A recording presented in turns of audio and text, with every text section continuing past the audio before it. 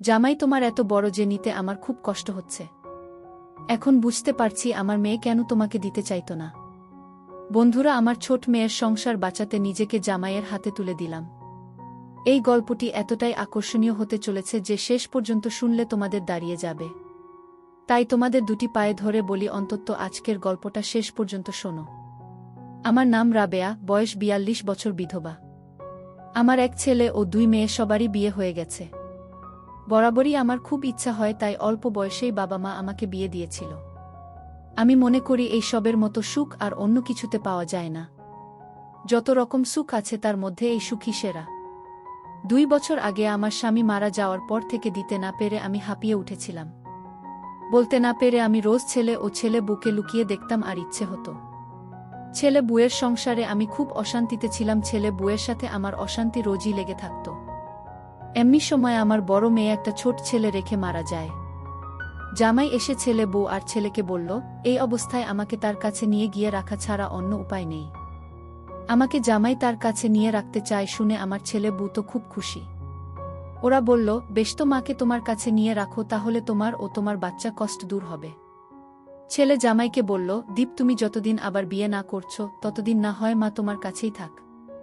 তারপর তুমি যদি বিয়ে করো তখন না হয় মা আমার কাছে চলে আসবে। জামাই বলল, সে দেখা যাবে, আপাতত মা আমার কাছেই থাকুক। জামাই এর এইসব কথা শুনে জামাই আমাকে কেন তার কাছে নিয়ে গিয়ে রাখতে চাইছে তা বুঝতে আমার একটু অসুবিধা হলো না। কারণ আমার প্রতি যে জামাইয়ের লোভ আছে তা আমি অনেকদিন আগেই বুঝেছিলাম। আমার সামনের দিকে জামাই যেভাবে তাকায় তা দেখে আমি বুঝতে পারি যে আমার জামাই অত্যন্ত ওই স্বভাবের। অবশ্য জামাইকে আমারও খুব ভালো লাগে, পুরুষ মানুষ একটু ওরকম না হলে এবার ঠিক জমে না। আমাকে জামাই তার কাছে নিয়ে রাখার আগ্রহ দেখে বুঝলাম। মেয়ে বেঁচে থাকতে যখন আমি জামাই বাড়ি গিয়ে থাকতাম তখনই জামাই আমার সাথে ইয়াকি মারতে ছাড়ত না। এখন তো মেয়ে বেঁচে নেই, ফাঁকা বাড়িতে জামাই যে আমাকে নিয়ে কি করবে তা আমি বেশ বুঝতে পারছি।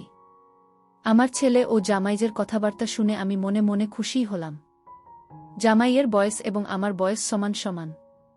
এখন তো আর আমার মেয়ে বেঁচে নেই, তাই জামাই যদি আমাকে তার কাছে নিয়ে দেয় তো দিবে ভেবে আমি খুশি মনে জামাইয়ের সাথে তার বাড়ি এসে রইলাম। জামাইয়ের ছোট ছেলেকে দিয়ে আমাকে মেয়ে জামাইয়ের বিছানাতে শোয়ার ব্যবস্থা করে দিয়ে নিজে ছোট ঘরটাতে নিজের শোয়ার জায়গা করে নিল। জামাই ও আমার ঘরের মাঝে যাতায়াতের একটা দরজা ছিল, ওটা সব সময় খোলাই থাকত আর আমিও কখনো কিন্তু বন্ধ করতাম না। কারণ আমি জানতাম ঘি আর আগুন পাশাপাশি থাকলে গলবেই, তাতে জামাই ও আমি দুজনেই আগুন কতদিন আর এভাবে থাকবে। আমার জামাই ব্যাংকে চাকরি করে, তাই রোজ সকাল 10টায় গিয়ে রাত 8টায় বাড়ি ফেরে। আমি যেমন আমার জামাই ও তার ছেলের সেবা যত্ন করতে লাগলাম, জামাইও আমার খুব সেবা যত্ন করতে লাগল। ও আমাকে জোর করে মাছ মাংস ডিম সবই খাওয়াতে লাগল। এমনকি আমার জন্য রঙিন শাড়ি ছোট কাপড় সবই জোর করে পরিয়ে ছাড়ল। আমি দেখলাম জামাইয়ের যখন ইচ্ছা আমাকে সাজিয়ে রাখার তখন বাধা কোথায়, তাই আমিও ওর খুশিমত চলতে থাকি। জামাই অত্যন্ত ওই স্বভাবের, প্রতি সপ্তাহেই নতুন নতুন বই কিনে পড়ার অভ্যাস আছে। তাই ও অফিস চলে যাওয়ার পর রোজ দুপুরে আমি ওর আলমারি থেকে বই বের করে পড়ি। বইগুলো পড়ে আমিও আনন্দ পাই। আমার ইচ্ছা দিন দিন বাড়তে থাকে। কোনোটাতে শাশুড়ি জামাই নিয়ে লেখা, কোনোটাতে মা ছেলের, কোনোটাতে ভাসুর ভাইবো, আবার কোনোটাতে শ্বশুর ও ছেলের বুকে নিয়ে লেখা। ওইসব কাহিনী পড়ে যে কেউ আনন্দ পাবে। আমি তো আপনাদের বলেইছি যে আমি ছোটবেলা থেকেই ভীষণ ইচ্ছা, তাই ওই সব বই পড়ে আমার ইচ্ছাও দ্বিগুণভাবে বেড়ে গেল। আমিও আমার বিপত্নিক জামাই দীপকে দেওয়ার জন্য আবার মরিজা হয়ে উঠতে লাগলাম। আমাকে দেওয়ার জন্য ও যে কেমন করত তা আমি ওর ভাব ভঙ্গি দেখেই বুঝতাম। আমি ওর শাশুড়ি, তাই হয়তো ও আমাকে দিতে লজ্জা পাচ্ছিল। যদি আমি অসন্তুষ্ট হই ওই ভেবে। দীপের যে একটু পানি খাওয়ার অভ্যাস ছিল তা আমি জানতাম। এতে আমি দোষ কিছু দেখি না, কারণ পুরুষ মানুষ একটু আধটু খেতেই পারে। কিন্তু কথা হলো ও আগে বাড়ি বসে একটু আধটু খেত, কিন্তু আমি এখানে আসার পর থেকে দেখছি জামাই অফিস থেকে অনেক রাত করে খেয়ে একেবারে মাতাল হয়ে বাড়ি ফেরে। রোজ রাত প্রায় 10টা-11টায় টলতে টলতে যখন বাড়ি ঢোকে তখন বাধ্য হয়ে ওকে আমায় ধরে নিয়ে গিয়ে বিছানায় শুইয়ে দিতে হয়। স্বাস্থ্যবান জোয়ান তাগড়া জামাইকে রোজ রাতে যখন আমি ধরে ঘরে নিয়ে যাই, আমি মিথ্যে রাগ দেখিয়ে মাঝে মাঝে ওকে বলি, এই দীপ, তুমি রোজ রাতে এইভাবে পানি খেয়ে নিজেকে নষ্ট করছো কেন? রোজই তুমি মাতাল হয়ে বাড়ি আসো, আমার তোমাকে ধরে নিয়ে বিছানায় শোয়াতে হয়। আমি কি তোমার মতো একটা জোয়ান মর্দের গায়ের শক্তির সাথে পারি? জামাই আমাকে সামনে দিয়ে বলে, কেন পারো না? তোমার আমার একই বয়স। আমি মিথ্যা রাগ দেখিয়ে বলি, মাঝরাতে মাতাল হয়ে বাড়ি ফিরে বিধবা শাশুড়িকে ধরে যে সব কাণ্ড করো, দিনের বেলা কিছু আর মনে থাকে না। জামাই আমার নাম ধরে বলে, রাবেয়া কি করব বলতো? আমার তো বউ মরে গেছে, তাই কিছু একটা নিয়ে তো থাকতে হবে। তাই তো রোজ একটু পানি খেয়ে সব কিছু ভুলে থাকতে চাই। আমি জামাইকে বিছানায় শুইয়ে দিতে দিতে বলি, তোমার বউ মরে গেছে বলে পানি খেয়ে সব ভুলে থাকতে পারবে? না না, তোমাকে রোজ এভাবে আমি পানি খেতে দেব না। হঠাৎ জামাই বলে, দোলা জোয়ান পুরুষের বউ না থাকলে কত কষ্ট তা তুমি বুঝবে না। আমি মিছে রাগ দেখিয়ে বললাম, এই দীপ, মাঝরাতে মাতাল হয়ে শাশুড়িকে নিয়ে যে কাণ্ড করো, লোকে দেখলে কি সর্বনাশ হবে জানো? জামাই বলল, রাবেয়া আমার শাশুড়ি, আমি পানি খাই বলে তুমি খুব রাগ কর তাই না? আমি বললাম, বারে রাগ হবে না, তুমি রোজ এভাবে পানি গিলে নিজেকে ধ্বংস করছো, আর আমি রাগ হব না কেন? সৃষ্টিকর্তা মানুষকে যেমন দুঃখ দেয়া তেমন সুখও দেয়া, তবে নিজের সুখ নিজেকেই খুঁজে নিতে হয় বুঝলে। বলে আমি নিজের ঘরে চলে আসি। তারপর নিজেকে শান্ত করে ঘুমিয়ে পড়ি। পরদিন সকালে পানির নেশা কেটে যেতে জামাই বলল, আচ্ছা মা, কাল রাতে আমি কি খুব পাগলামি করেছিলাম? আমি একটু মিথ্যা রাগ দেখিয়ে বললাম, রোজ রাতে তুমি মাতাল হয়ে ঘরে এসে যা কাণ্ড হয় তা আর বলার নয়। লোকে দেখলে কি যে বলবে। তারপরে আমি খুব নরম করে বললাম, ওই দীপ জামাই আমার আজ অফিস থেকে সোজা বাড়ি চলে আসবে। জামাই আচ্ছা ঠিক আছে বলে চলে গেল। দুপুরে খাওয়ার পর আমি জামাইয়ের আলমারি থেকে একটা নতুন বই বার করে একটা কাহিনী মন দিয়ে পড়তে লাগলাম।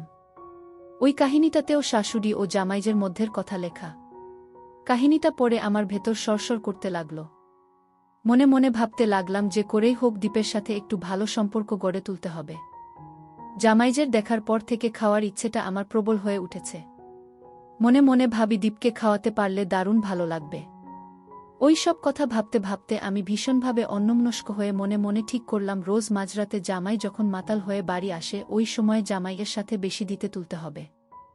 মাঝরাতে জামাই যখন মাতাল হয়ে টলতে টলতে ঘরে ঢুকল, আমি মিথ্যা রাগ দেখিয়ে বলেছিলাম তুমি আর এসব খাবে না, অফিস ছুটির পরই বাড়ি চলে আসবে। আর তুমি সেই মাঝরাতে মাতাল হয়েই বাড়ি এলে। তারপর আমি আরও রাগ দেখিয়ে মিথ্যা বললাম, তুমি যখন আমার কোনো কথাই শোনো না তখন আমি আর তোমার কাছে থাকব না। কালই আমি ছেলে বউয়ের কাছে চলে যাব। শুনে জামাই টলতে টলতে আমার দিকে এগিয়ে বলল, এই রাবেয়া তুমি রাগ করেছ? আমি মিথ্যা রাগ দেখিয়ে বললাম, উনি রোজ মাঝরাতে মাতাল হয়ে বাড়ি এসে যা তা কাণ্ড করবে, আর আমি রাগ করব না। কালই আমি ছেলের কাছে চলে যাব। এই দীপ তুমি কি গো, তোমার বউ নেই তো কি হয়েছে? অনেকেরই তো বউ থাকে না, তাই বলে ওসব খেয়ে জীবনটাকে নষ্ট করতে হবে? আমারও তো স্বামী নেই, তাতে কি হয়েছে? সৃষ্টিকর্তা যেমন দুঃখ দেয় তেমনি সুখও দেয়া, তবে নিজের সুখ নিজেকে খুঁজে নিতে হয় বুঝলে। বলতে জামাই বলল, কি করব বলো, এসব না খেয়ে পারি না, তোমার মেয়ের অভাব ভুলে থাকার জন্যই আমি এসব খাই।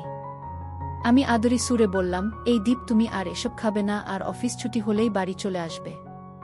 তারপর আমি জামাইকে বললাম, এই দীপ তোমার বউ মরে গেছে, সে তোর আর ফিরে আসবে না, তাই ওর কথা চিন্তা করে কি লাভ? ও বলল, লাভ নেই তা জানি, কিন্তু এই বয়সে ঘরে বউ না থাকলে কিসের টানে ঘরে তাড়াতাড়ি ফিরব বলো?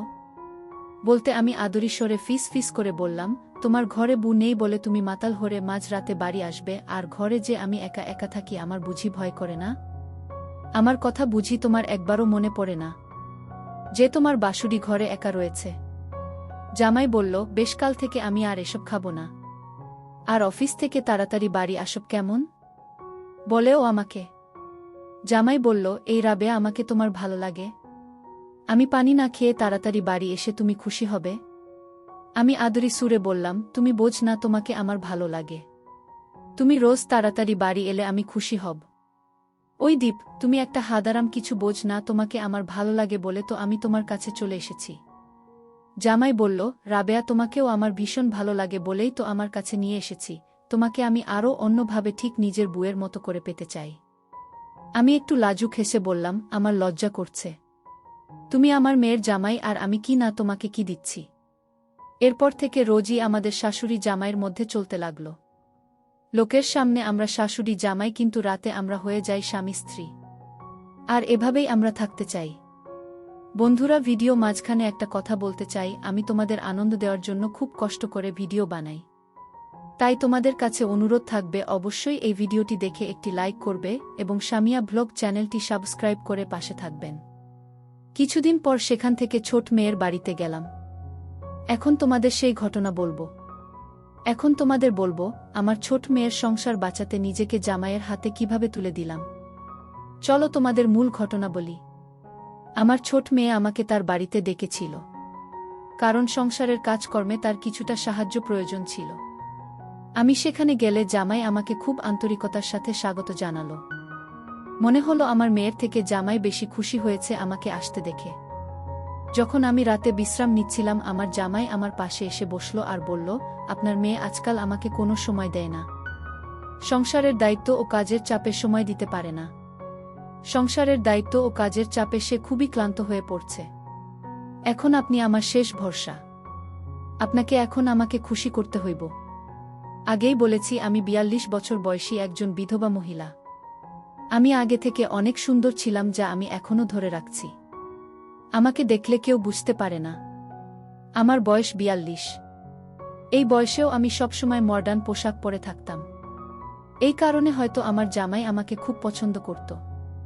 জামাই আমাকে অনেক ভালোবাসে। শেষ হয়ে মেয়ের পছন্দের খাবার রান্না করতে গেলাম। তারপর সবাই খেলাম।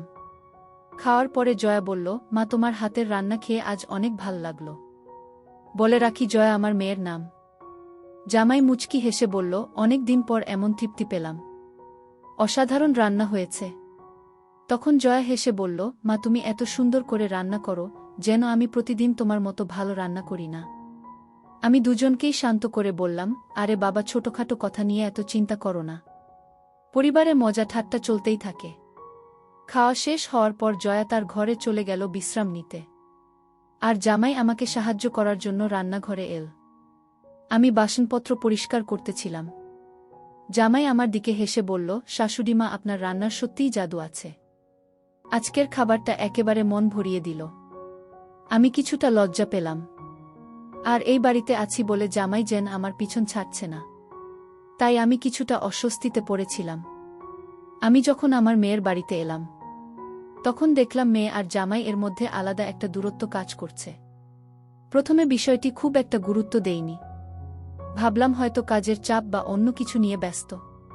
কিন্তু পরের ৩ দিন ধরে লক্ষ্য করলাম, রাতের বেলায় তাদের ঘর থেকে চাপা গলার আওয়াজ আসছে, যা আমাকে উদ্বিগ্ন করল।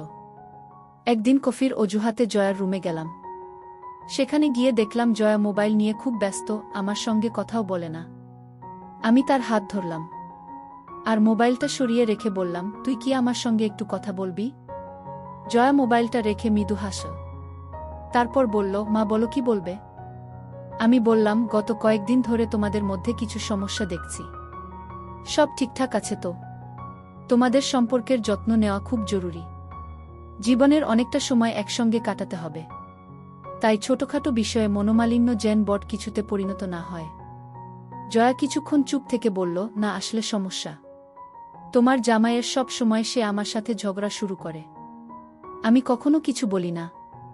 আমি জয়াকে বললাম, সম্পর্কে কথা বলা খুব জরুরি একে অপরের সাথে। জয়া আমার দিকে তাকিয়ে বলল, না, আপনি তো জানেন আমি কতটা ক্লান্ত। প্রতিদিন ট্রেনে দীর্ঘ যাত্রার পর দেরি করে বাড়ি ফেরা। এখন আপনি আছেন বলে কিছুটা বিশ্রাম পাচ্ছি, নইলে এত কাজ সামলে বিশ্রামের সুযোগ পেতাম না। তার কথায় আমি বুঝলাম যে জয়া অনেক দিন ধরে খুব ক্লান্ত।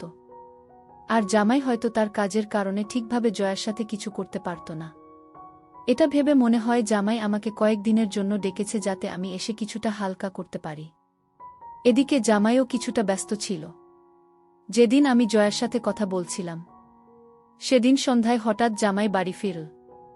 আমি হাসি মুখে বললাম, আজ তাড়াতাড়ি এসেছ, ভালো হয়েছে।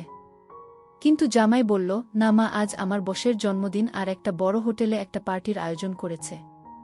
সেখানে আমাদের সবাইকে যেতে বলেছে, তাই আপনাকেও আমাদের সাথে যেতে হবে। জয়া বলল, মা, তুমি বাসায় একা বসে কি করবে? তুমি তো এখানে এসেছ আমাদের সাথে, চলো একটু আনন্দ করবে। আমি প্রথমে রাজি হচ্ছিলাম না, কিন্তু ওরা দুজন জোর করতে থাকল। শেষে ভাবলাম সত্যিই তো একটু বাইরে যাওয়া যাক। আমি ওদের সাথে পার্টিতে যাওয়ার জন্য প্রস্তুতি নিলাম। আমি রাজি হয়ে আমার প্রিয় গোলাপি শাড়িটা পরে নিলাম।